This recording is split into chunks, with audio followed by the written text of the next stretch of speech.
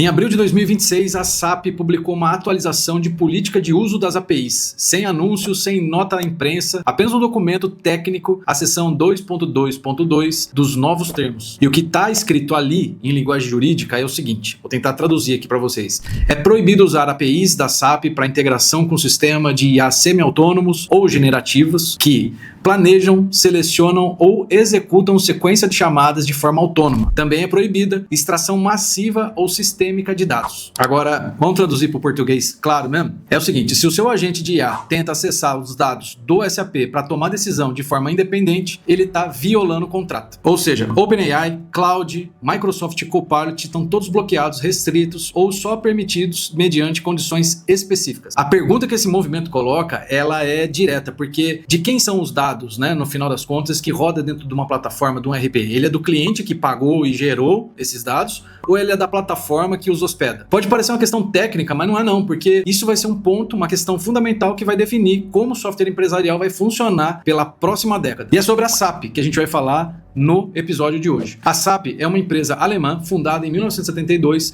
hoje tem mais de 200 bilhões de dólares em valor de mercado e o software dela roda dentro de praticamente toda multinacional de porte relevante. Folha de pagamento, fechamento contábil, gestão de estoque, compras, logística, enfim. Quando uma empresa fecha o trimestre e divulga o resultado lá na bolsa, são os números que vêm do SAP que fundamentam esse fechamento. Quando emite uma nota fiscal, quando paga o fornecedor, quando apura os impostos, é o SAP processando todos esse volume de dados. Esse tipo de sistema não se troca rapidamente. Uma implantação leva anos, custa dezenas de milhões de dólares e por isso, uma vez adotado, o cliente tende a continuar com o fornecedor por décadas. É um mercado que o custo de saída é extremamente alto. E com a chegada dos grandes modelos de linguagem e dos agentes de IA, essa estrutura foi confrontada com uma dinâmica nova. Pela primeira vez, empresas começaram a conectar ferramentas externas diretamente aos dados que o SAP armazena, sem comprar nada adicional da SAP. E a adoção foi muito rápida. Uma pesquisa mais recente da DSAG, o maior grupo de usuários SAP do mundo, com mais de 3 mil empresas associadas, encontrou que 77% das empresas que usam IA nas suas operações estão usando ferramentas que não são da SAP. Ou seja, eles usam Microsoft, GPT, Cloud, agentes desenvolvidos internamente. O assistente que a própria SAP lançou, chamado Jolie, tem adoção de apenas 3% da sua base de cliente em produção. 3% só. Ou seja, a SAP investiu pesado no Jolie, lançou 30 agentes especializados, mais de 2.500 skills, integrou o produto em 35 soluções diferentes e o cliente, na prática, continuou usando o que já conhecia. Plugou o Microsoft nos dados do SAP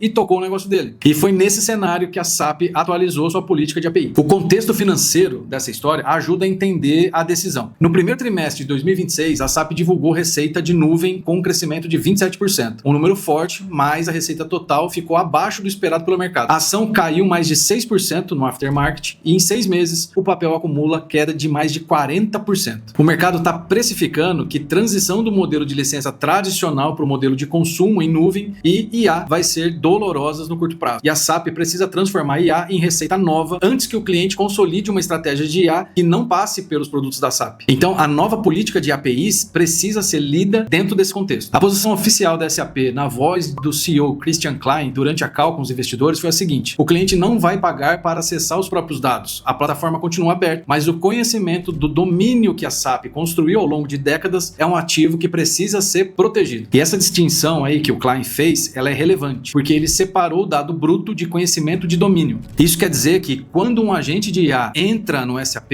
e começa a operar, ele não lê apenas o dado isolado, ele aprende a estrutura completa. Como que um pedido se transforma em nota fiscal, como uma nota fiscal gera um lançamento contábil, como esse lançamento alimenta o fechamento do período. Ele aprende o fluxo dos processos empresariais, exatamente o que a SAP desenvolveu, documentou e vendeu por mais de 50 anos aí como produto. Então a lógica é a seguinte: se o agente externo mapeia esse fluxo, em 3 meses ele consegue replicar a lógica em qualquer outro sistema e o valor exclusivo da SAP diminui. A política nova endereça esse risco aí, não bloqueando a tecnologia dos concorrentes. A SAP deixa claro que o cliente pode usar o Cloud, GPT e Gemini, mas controlando o caminho de acesso. Toda integração de IA precisa passar pela infraestrutura da própria SAP. E toda essa infraestrutura tem precificação por unidade de consumo. Então, no final das contas, é assim, você até pode usar o modelo de linguagem que você quiser, mas o acesso passa pela SAP e a SAP cobra por esse acesso. A mesma política que bloqueia o concorrente abre exceção total para o Jolie, que é a IA da SAP. A regra vale para todo mundo, menos para um só. E olha que a gente vê isso acontecer no Meta, tem vários casos aí que a gente está vendo crescer esse tipo de restrição. A DSAG reagiu em uma nota oficial em um tom mais duro. O texto aponta que existe clareza contratual urgente para ser resolvida, porque há projetos pilotos de IA em andamento que podem ter se tornado ilegais da noite para o dia e que ferramentas que a comunidade usava há anos passaram a configurar quebra de contrato. Então o problema concreto aqui é que há multinacionais com pilotos de IA em exceção há 2 anos, com equipes treinadas, casos de uso validado, investimento realizado, que agora descobre que esses projetos nunca foram tecnicamente conformes com os termos do SAP. Só que esse movimento adotado pela SAP, ele não é isolado. A Salesforce restringiu o acesso à API do Slack para agentes externos, ferramentas de fora não pode mais armazenar ou indexar dados para treinar modelos, e a ServiceNow impôs limites agressivos para tráfego gerado por agentes externos. O padrão que a SAP tornou explícito é o mesmo que outros fornecedores estão adotando de forma mais discreta. A lógica comum dessa história é a seguinte, por décadas o software empresarial vendeu o sistema. Como IA agêntica, o agente pode se tornar mais valioso do que o sistema, porque ele automatiza o trabalho que antes precisava de pessoas. Se o cliente tem o sistema e tem um agente capaz de fazer, ele para de comprar funcionalidade nova e uma funcionalidade que custaria meses de desenvolvimento e milhões em licença pode ser entregue por um agente em horas. E para a SAP isso é estrutural. Parte relevante do valor que ela vende é justamente o conhecimento de como os processos empresariais funcionam. Se esse conhecimento puder ser aprendido por qualquer agente externo em poucos meses, o produto perde diferenciação e a política nova é uma resposta a esse risco aí. Agora vamos analisar os vetores que podem modificar esse cenário. O EUDATA Act, em vigor desde 2025, garante ao cliente direitos sobre os dados que gera dentro de uma plataforma. A DSAG já sinalizou que vai buscar clareza contratual. Analistas projetam que a SAP pode recuar em pontos específicos nos próximos meses já. Só que mesmo que eles recuem, o princípio já foi estabelecido, ou seja, o fornecedor da plataforma define as condições de acesso aos dados que o cliente gerou, e outros fornecedores já estão seguindo o mesmo caminho. Então, para quem está estruturando uma estratégia de IA dentro de uma empresa, a primeira pergunta não é qual modelo de linguagem usar, é onde estão os dados, quem controla o acesso a eles e o que está escrito no contrato com os fornecedores da plataforma. Essa leitura aí precisa ser feita antes de construir automações que dependem de integrações que podem mudar de termos do dia para a noite. Essa janela para mapear esse risco é curta. A SAP foi a primeira a ser explícita, outras já estão seguindo o mesmo caminho. O debate que essa política colocou em cima da mesa vai definir como o software empresarial funciona pela próxima década. Então a questão central não é qual empresa tem o melhor produto, é quem controla o acesso aos dados e aos processos que rodam em cima deles. Então se você usa SAP ou qualquer outra plataforma de software empresarial, os ERPs aí de grande porte, vale revisar agora o que os contratos dizem sobre integração de terceiros e acesso a APIs. E uma pergunta para você responder aqui nos comentários. Na empresa que você trabalha aí, quem efetivamente lê os contratos de software antes de assinar? Porque a resposta vai importar muito mais do que a escolha do modelo de IA que você está fazendo aí. É por isso que na Octalink, o nosso CRM, ERP, tudo integrado com controladoria, tem como premissa básica você ter o controle dos dados, você integrar com a sua API e fazer os seus agentes trabalhar com os nossos também. Você pode escolher se o seu modelo às vezes for mais personalizado, mas a gente tem uma série de templates já configurado para balanço DRE, fluxo de caixa, pipeline de vendas, enfim. Mas se aquilo que a gente tem,